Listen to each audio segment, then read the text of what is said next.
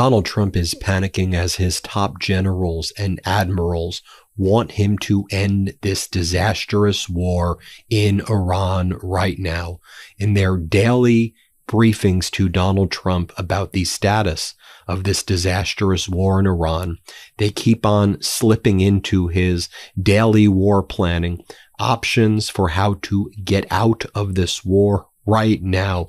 Here's what NBC is exclusively reporting. These top military generals and admirals continue to include these options in their regular war planning about how to end this conflict. Now, we know that Donald Trump doesn't read, though, so that's a big problem.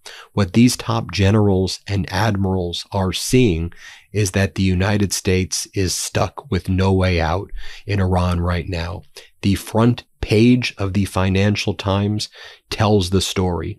Allies reject Donald Trump's call for warships. Which allies? Frankly, which allies exist anymore?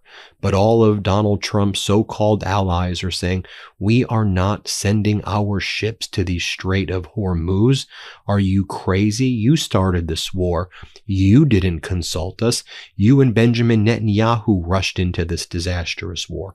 Try to figure it out without us. Now, we're learning a lot of other disastrous news from this disastrous war. The official count of wounded service members now exceeds 200, with around a dozen very seriously wounded. Although we know the Trump regime continues to provide false information, so it's unclear what the real number is. And of course, we learned that, at least as of now, from what's been reported, 13 service members have been killed. We've been covering here on the Midas Touch Network how some of the families of these service members are now speaking out against this unlawful war. Should also be noted that the United States has lost about a dozen MQ-9 Reaper drones so far, including one accidentally shot down by a Gulf state. These are these really expensive drones that the United States has, not to mention the United States Embassy in Baghdad targeted again by Iran. We have footage of that I'll show you in a moment. Donald Trump just looks so utterly pathetic, right? I mean, he was out there claiming yesterday that the foreign minister of Iran continues to try to reach out to Steve Witkoff to make a deal. Then you have the foreign minister of Iran saying, no way, we're not interested in a ceasefire. These are lies intended to manipulate the oil markets when we're not trying to reach out to Witkoff at all. We want to teach the United States a lesson. We're learning additional facts as well about how that USS Gerald Ford, that aircraft carrier, that is one of the two main aircraft carriers surrounding Iran, before Donald Trump launched this disastrous, unlawful, and ill-fated invasion of Iran with Netanyahu.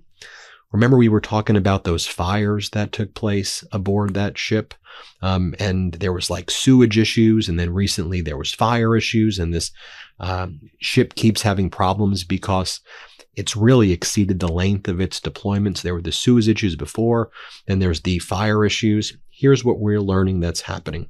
Sailors on board the USS Gerald Ford, which is now entering its 10th month of deployment, battled flames on board the aircraft carrier last week as well. Then they had the plumbing issue before the war for over 30 hours after a small fire that started in the ship's main laundry area spread through ventilation to several other areas of the ship, including multiple berthings, with more than 600 sailors and other crew members having lost their beds in the fire, and they've since been bunking down on floors and tables throughout the ship.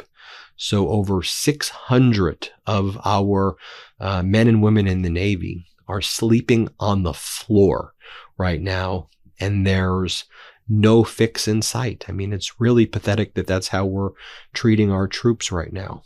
Let's go through what's going on in Baghdad as well. We have footage of this. Video footage showing an impact by an Iranian one-way attack drone right outside the U.S. Embassy in Baghdad. Watch this. And as Donald Trump says, we've totally obliterated Iran. They've been decimated. They don't have drones. They don't have ballistic missiles. We're winning this thing. All right, well, take a look at this video footage right here so you can see for yourself. Play this clip.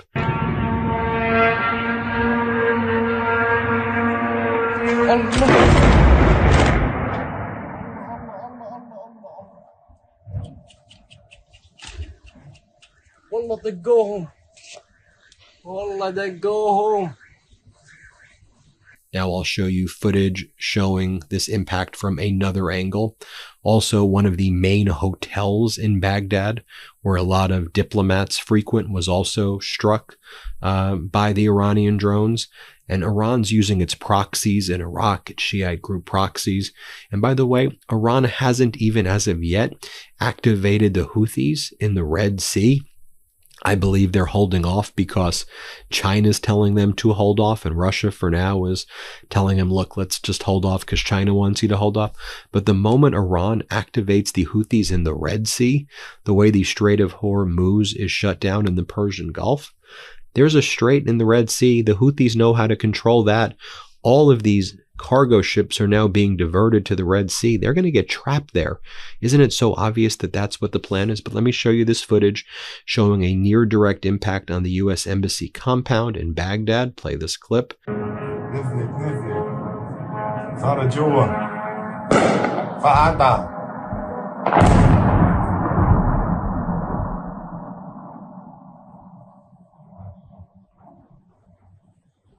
And here's another angle of the Iranian Shahed 136 flying low over the capital, seemingly with impunity. Play this clip.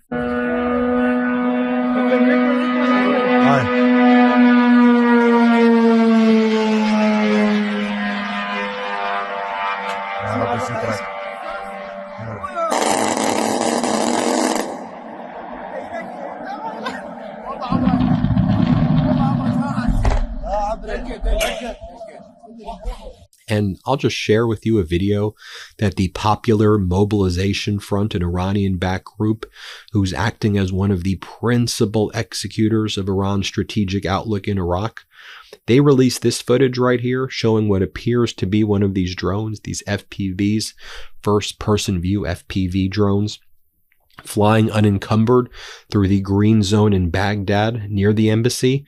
Just watch the flight path right here. Play the B-roll, guys, as people can see the flight path here with impunity. And they're sending a message that at any point in time, we can attack any one of these buildings as we desire. And meanwhile, Donald Trump saying that all of this is AI. Donald Trump is saying that the crowd sizes in Iran that have been showing up to actually support the Iranian government after the United States struck the elementary schools and desalination facilities, and after Israel struck the oil depots, Trump's like, all these crowds are AI right now, to which the Iranian National Security Advisor Ali Larijani mocks Donald Trump and says, Trump says about the million-strong anti-American and anti-Israeli rallies in Iranian cities that these images are artificial intelligence. Now look, I don't know if it's 1 million people, but we know that several other outlets, New York Times and others, have confirmed that there are these pro-government rallies, whether it's 100,000, 200,000. I don't know if it's 1 million, but they're in a lot of cities and they're out there. And you can say, man, this is propaganda. This is propaganda. Well, they're staging it, and they're utilizing the fact that Donald Trump is covering up a child sex trafficking ring and that he represents the Epstein class. They're using that to say, hey, look, Trump, Epstein class, they're out here blowing up elementary schools the way they were predators on little girls and covering up for predators of little girls. And that's what the Epstein files is all about. Look at what they're doing in Iran. The first thing they do is kill a school of little girls. That's the argument that they're making right now. Look, explosions and air defense activity in Bahrain. Want to talk about what's going on in the UAE? Basically, all of its airspace shut down temporarily, but shut down in the past 24 hours. UAE fully closes its airspace. The UAE's General Civil Aviation Authority announced a temporary and full closure of the country's airspace to ensure the safety of flights and air crews.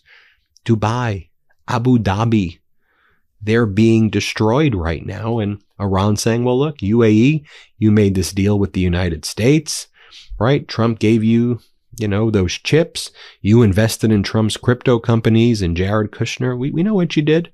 And now you have all these bases there. So we think that Dubai and Abu Dhabi is a fair target. Iran's also telling Saudi Arabia, clarify your position, because the reporting is that you've been working with Trump and Netanyahu. That's what they're saying. And I want to be clear. I mean, the United States and Israel are pounding Iran, hitting naval targets, decimating the Navy, not all of Iran, decimating certain military structures, certainly not all of Iran. They still have their ballistic missiles and Shahed drones. We're seeing them in action, right? But they're also decimating civilian targets, and they're killing a lot of innocent people as well. And that's rallying people in Iran around the government, unfortunately, and leaving people who were hoping perhaps for a shift to democracy. They feel betrayed right now by the Trump regime, especially when they showed up in mass and they were protesting against the Ayatollah back in January, and Trump said, I got your back.